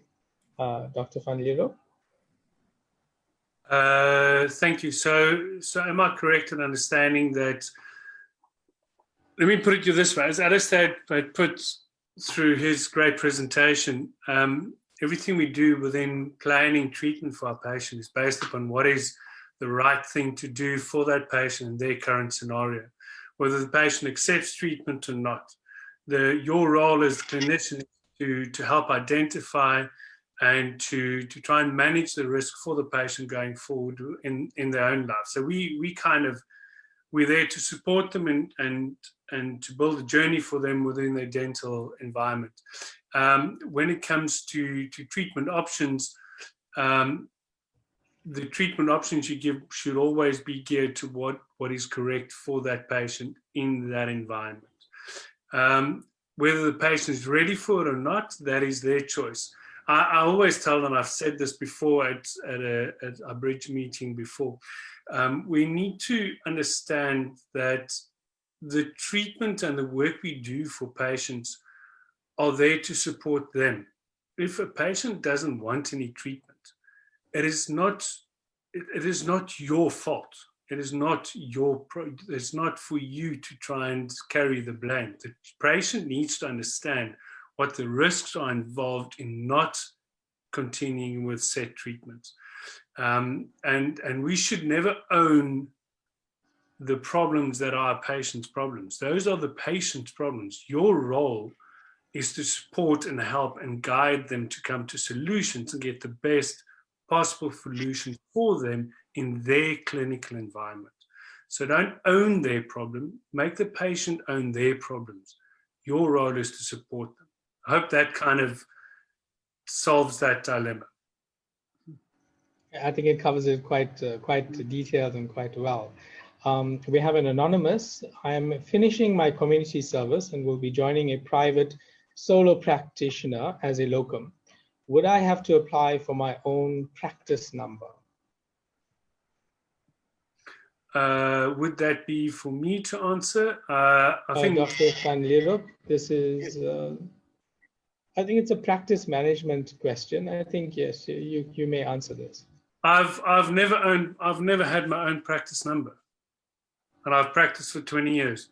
So I've always been affiliated with a practice. So when you practice, to my understanding, when you practice under the license of a different practitioner, your work is always geared under that license. So you don't need to have your own license. You're affiliated with a group or with a practitioner. That is correct. We have another one. This one would be, I think, more suited for our PPS team. From Anonymous, do you think the government will get hold of our savings to rescue SOEs or fund civil servant salaries as the economy goes into a free fall decline? Another interesting question for the PPS team. Yeah, this wouldn't be financial advice, mainly our opinions, but I think I can say my opinion and Vijesh will say. Well, at this point, obviously, South Africa is not a favorable place to invest in for international investors. So the government is getting increasingly desperate to get funding from somewhere. And the talks about, getting into our pension funds were kind of off the table for a couple of months during COVID, but now they've come back. So I think just like you, we're all waiting and hoping not, because it will definitely force all of our savings to go into bonds, of which we know bonds are very liquid kind of investment. In order for your retirement savings to really grow, you want to be able to invest in more shares and high growth assets and not just government bonds. So that's my little opinion. Yeah. Thank you. These last two questions are directed to Alistair from Anonymous. Do I need dental protection as a dental therapist working for a dentist? Alistair? Alice, I think you could just unmute yourself.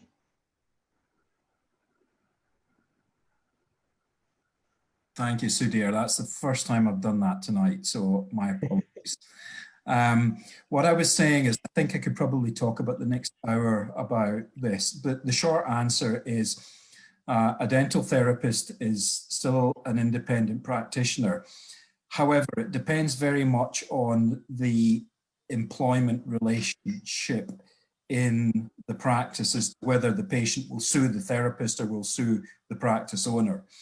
Now, as far as being an independent registered practitioner with the HPCSA, then of course you need indemnity, and it's the same thing as somebody who's employed by the state. You need your indemnity. However, if you are an independent contractor as a therapist, then you need your own indemnity, because eventually the patient is going to sue you. The problem, the biggest problem exists for the practice owner, because if part of your contract of employment doesn't include a mandatory requirement to have indemnity, it is the practice owner who will be held vicariously responsible or vicariously liable for your acts and omissions. And I think it's not just you as the therapist that's in an awkward position, it's the dentist you work for, because the dentist does not have indemnity or insurance to cover a claim that arises from treatment you carried out, where you perhaps damage a patient unintentionally but negligently. Then the owner of the practice is the most likely person to be sued, and he or she will have no indemnity, no insurance to cover that risk, because they only pay for their own risk. So the simple solution to this problem is to make sure as a therapist you have your own indemnity. Dental Protection do indemnity for dental therapists, and you're encouraged to contact Sada and Joseph Molusi for more details of that. So we don't administer through the Therapist Association, we do through SADA, but anybody can use our admin services at SADA. You don't have to be a member of SADA. So as a therapist, it's absolutely fine for you to obtain your indemnity with SADA administering it. So I hope that's answered your question. There's a whole can of worms that I've tried not to go into, but yes, you need indemnity. And if you don't have it, the person you work for, the owner of the practice who employs you, may well find that they're being sued for stuff they don't have indemnity or insurance for. Thank you, Alistair. Yes, that's quite a clear, precise answer to that question. The last question for tonight, also directed to Alistair. Will dental protection still be relevant when NHI comes into operation? Alistair? Yeah, I mean, this is quite an interesting question as well, because one of the various consultation papers on the NHI have been on the table for discussion. We've tried to force the issue around indemnity, and if you're a private practitioner and you're contracted to NHI and the patient's treated in a state facility, who actually needs to have the indemnity? And the answers that we've got from Dr. Pillay and the Minister are that the intention is that those practitioners who contract with the state will need to have their own indemnity. So the issue of will dental protection and NPS still be relevant when NHI comes into operation? If it ever does, then yes, we will be part of the indemnity scene. Thank you, Alistair. That's it for our questions this evening. Just one last comment to Dr. Yan from Anonymous. Thank you, Dr. Yan. You've played such a big role regarding my own opinion of my way of practicing. So thank you, Dr. Yan from Anonymous. I now hand you guys over to Dr. Mitsing. Dr. Mitsing. I think we've had a very fruitful evening, Dr. Rathiram, and I'm sure that our participants really learned a lot. And as I said in the beginning, please do contact SADA for any queries, for any information that you felt was not covered and you were probably not comfortable or it hadn't come to your mind yet. Please do contact us for those queries, and we will gladly forward them to our panelists and they will respond to them. So it's been a long evening. I see our participants are also leaving. It's a sign of exhaustion. So With that said, thank you very much, colleagues, and thank you very much to all our participants, and have a great evening. See you on the 26th. Thank you. Thank you, guys. Thank you, and good night, everyone. Good night, everybody. Bye. Thank you. Thank you, everybody. I'm going to close the session now. Thank you. All right. Thanks, Marlies.